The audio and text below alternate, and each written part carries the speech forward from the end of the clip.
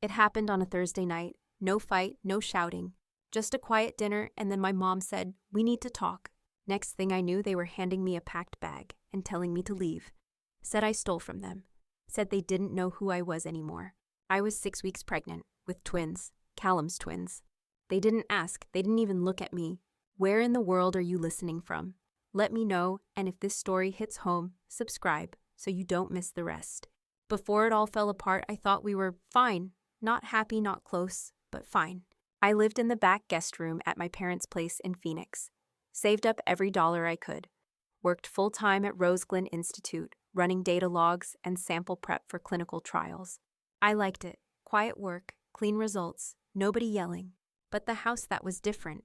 Loud when it shouldn't be, quiet when it mattered most. Dinner was the same every Thursday. Mom's dry chicken, Dad's passive grunts, and Milo holding court like some golden boy prince. He always had a new scheme.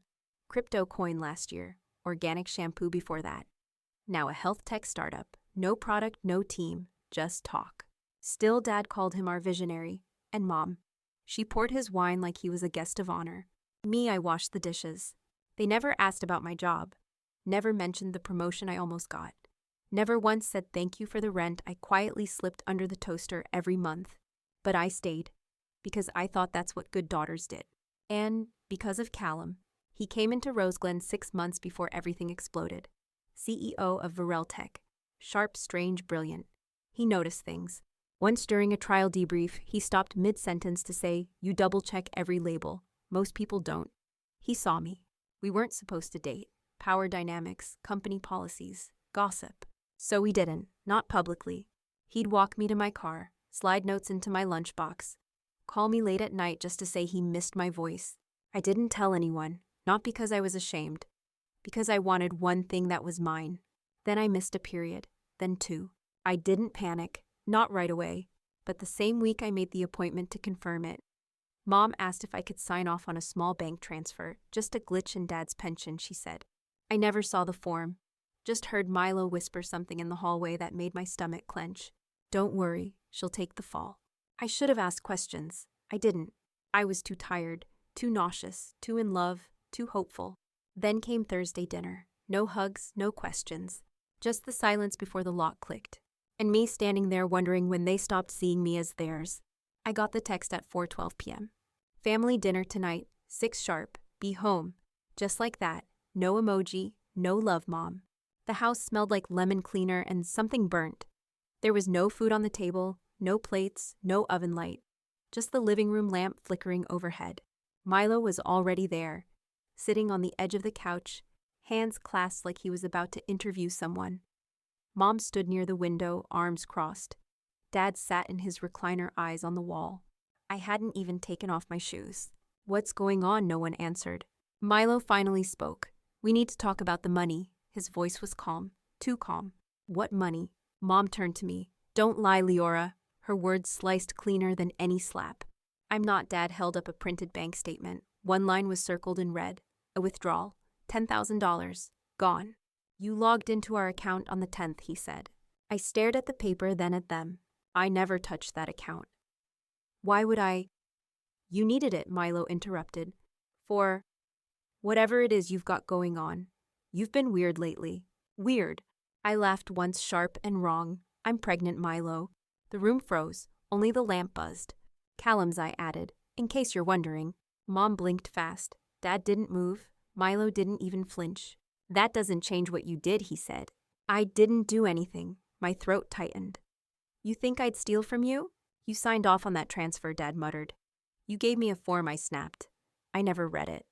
You said it was a glitch in the pension. You're always so defensive, Mom said quietly. It's hard to know when you're telling the truth anymore. That was it. No proof, no hearing me out. Just that. They didn't believe me. Or maybe they didn't care if it was true. Because it was easier to blame me than face what Milo had done. I think it's best, Dad said slowly, if you take some time away from the house. Take time away from my own home. For how long? No one answered. That's when I knew. This wasn't a misunderstanding. It was an execution. And I was already halfway out the door. I went back to Rose Glen that night. I didn't know where else to go. My hands were shaking the whole drive. I kept one hand on my belly, not because it hurt, just to remind myself I was still here. The building was mostly dark, only a few lab lights humming low. I used my badge at the east entrance. Read, access denied. I tried again. Same. I blinked, stepped back, checked the reader. It wasn't broken. They had locked me out. I moved to the glass door and knocked sharp, loud, fast. A night tech named Jonah opened it. He looked surprised. Hey, I thought you left. Left, I forced a laugh. I just need to grab some things from my desk. He hesitated, then stepped aside. I walked fast, straight to the workroom I'd practically lived in for 2 years, and froze. The drawers were open, files gone, laptop slot empty, even the post-it notes on my monitor vanished. My name had been stripped from the door. Elira's in charge of your set now, Jonah said from behind me. I turned. What? He shrugged. She said you took personal leave. Personal leave, I repeated, my voice cracking. I didn't say anything. I didn't approve. Hey, I'm just the guy who logs samples. Footsteps clicked down the hall. Elira. Perfect hair, perfect eyeliner, perfect little smirk. She didn't even pretend to be surprised. Oh, she said sweetly. You're here. I stared. You told them I took leave. You looked like you needed space. She tilted her head. Especially after what happened with your family. Something inside me froze. How do you know about that? Milo called me. She smiled wider. He was worried. Said you might come unhinged. I felt dizzy, hot. You planned this. I stepped closer. You knew I'd be gone. You wanted my research. She didn't deny it. Just walked past me, her perfume sharp and floral. Elira, I said, voice low. I swear if you touched my data. She stopped, turned back. You really think someone like you builds something on your own?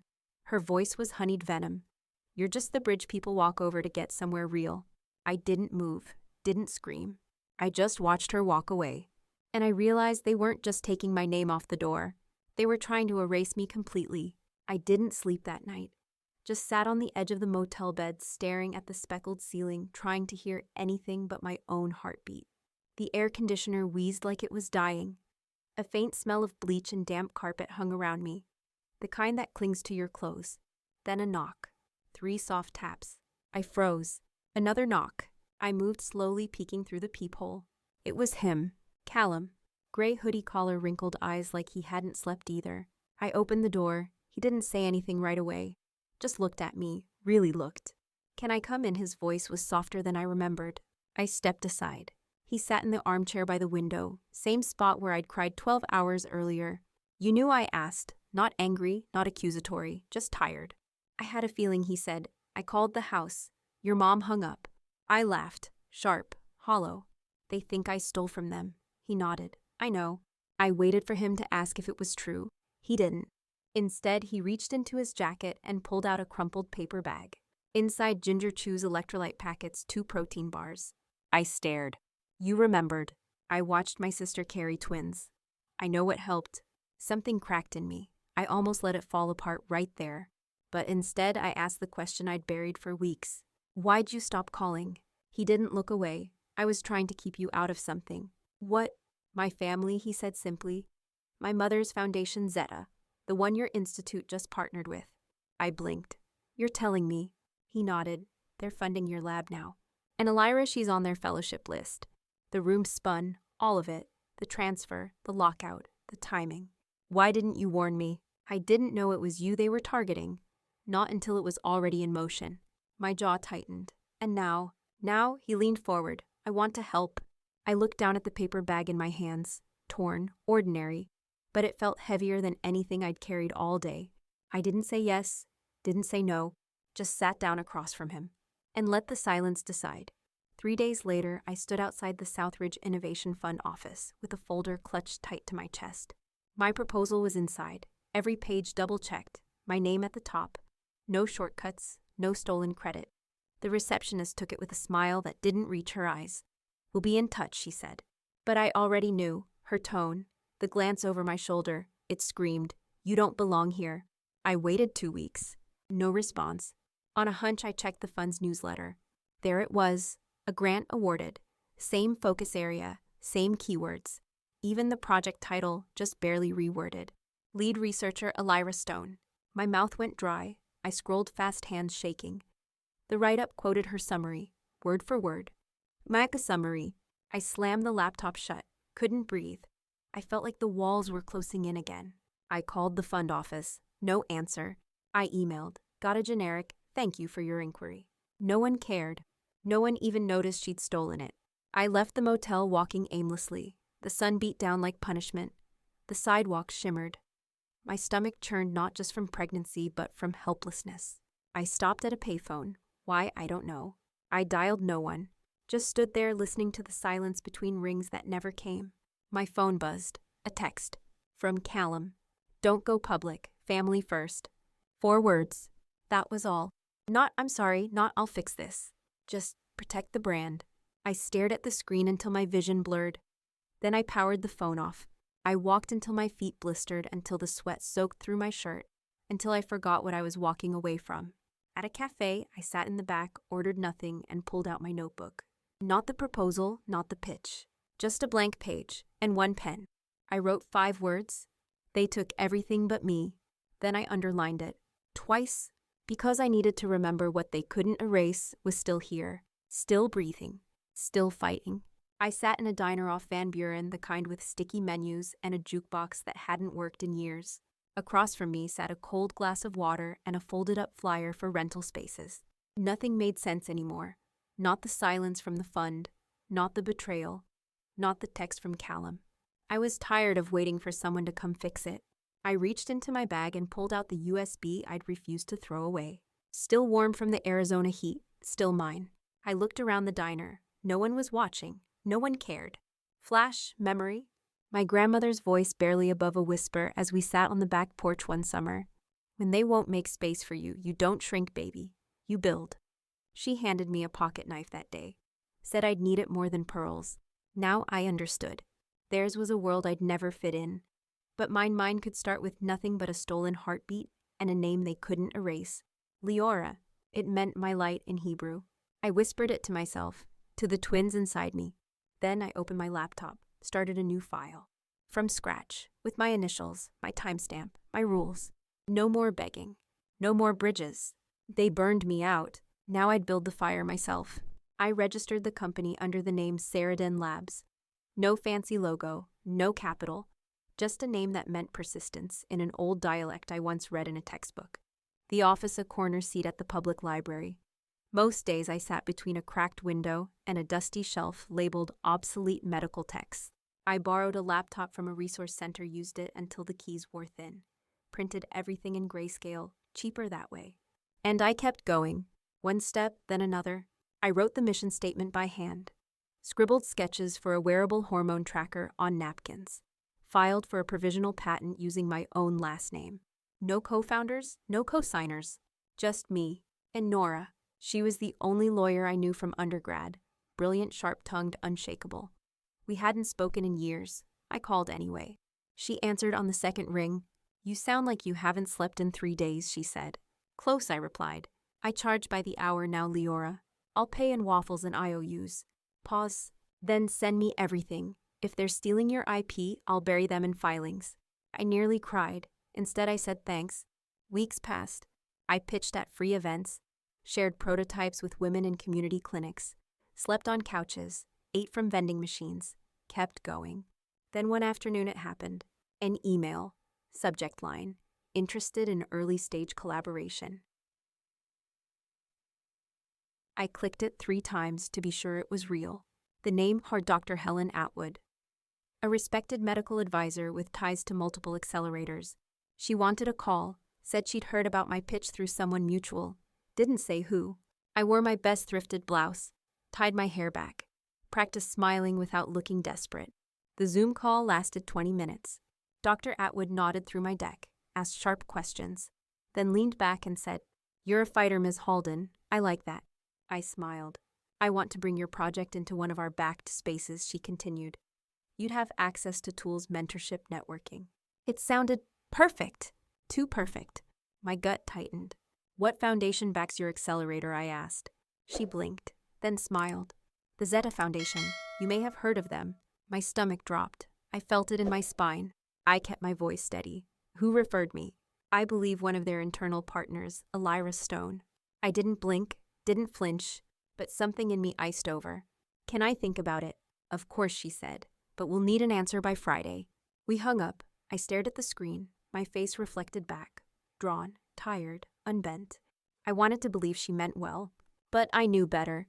If I stepped into their system again, they'd strip the name off the door before I unpacked. I powered off the laptop, pushed the chair back, and walked out of the library into the Arizona dusk. I wouldn't let them steal it again, even if it meant I had to build it slower, stronger, and all alone. I didn't reply to Dr. Atwood, didn't need to. My silence said enough.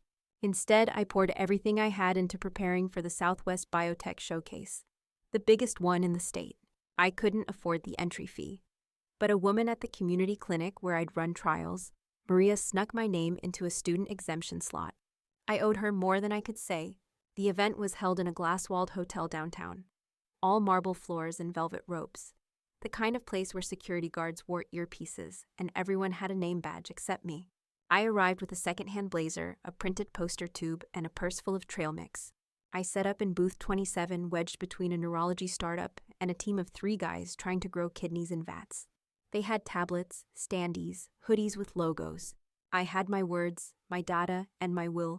I taped up a timeline chart, pinned a photo from a rural clinic, visit a woman in scrubs holding my prototype, added a quote from her Allah. If this existed 5 years ago, my sister might still be here. Then I opened my laptop, pulled up the pitch deck. Final slide, a black screen with 5 words in white. This is what truth looks like. Underneath a sonogram, twin heartbeats. Mine. The room buzzed with voices. Badges clicked against lanyards. Laughter spilled from the coffee table. Then Liora Halden. I turned. A volunteer gestured. You're up in 5. I nodded, palms sweating. The auditorium was packed. Rows of judges, rows of founders, rows of masks. I stepped onto the stage, adjusted the mic. Hi, I said, voice steady, heart sprinting. My name is Liora Halden. I'm the founder of Ceridan Labs. And I want to tell you why this isn't just science, it's survival. Slide after slide, I walked them through the vision. Hormonal tracking, low-cost diagnostics, underserved women. They listened. Some nodded, some typed. I kept going. I told them about the silent symptoms, the missed markers, the lives lost too soon because no one thought it mattered to fund women's health. And I ended with the sonogram. 2 little shadows, side by side. I built this, I said, because no one looked at me until I disappeared. Silence. Then, a voice, high familiar. Excuse me, I have a question. I blinked, looked up. From the back row, Elira, hair glossy, suit pristine, badge glowing. And next to her, my mother, hands clasped, face unreadable. The audience turned. I didn't. I kept my eyes forward. What's your question, I asked. Elira smiled, but it didn't touch her eyes. Isn't it true that this research was once part of Roseglen Institute A division, now funded by the Zeta Foundation? I didn't flinch. Yes, I said, it was. And yet you claim full authorship. I don't claim, I replied. I prove. I clicked the remote. A slide loaded metadata logs, submission dates, handwritten lab notes, all time-stamped before their funding ever touched it. A beat, then another. My mother stood. Elira, she said softly, sit down. Elira turned confused. Mom's voice cracked. Sit down. I stood still. The mic was still hot, but I didn't need it. Not anymore. The truth was already louder than any accusation. And it was mine. The room didn't breathe. My slide lingered, my notes, my timestamp, every date and margin scribble displayed in sharp relief. No one spoke, not the judges, not the audience, not even Elira. She sat frozen, mouth parted, like she'd swallowed a lie too big to spit out. Then a slow clap. From the side aisle, a tall figure stepped forward. Neutral gray suit, rolled sleeves. Callum. His voice rang clear. I can confirm the timeline. This work began before Zeta was ever involved with Roseglen. Gasps. Phones raised. Flash clicks from reporters near the front.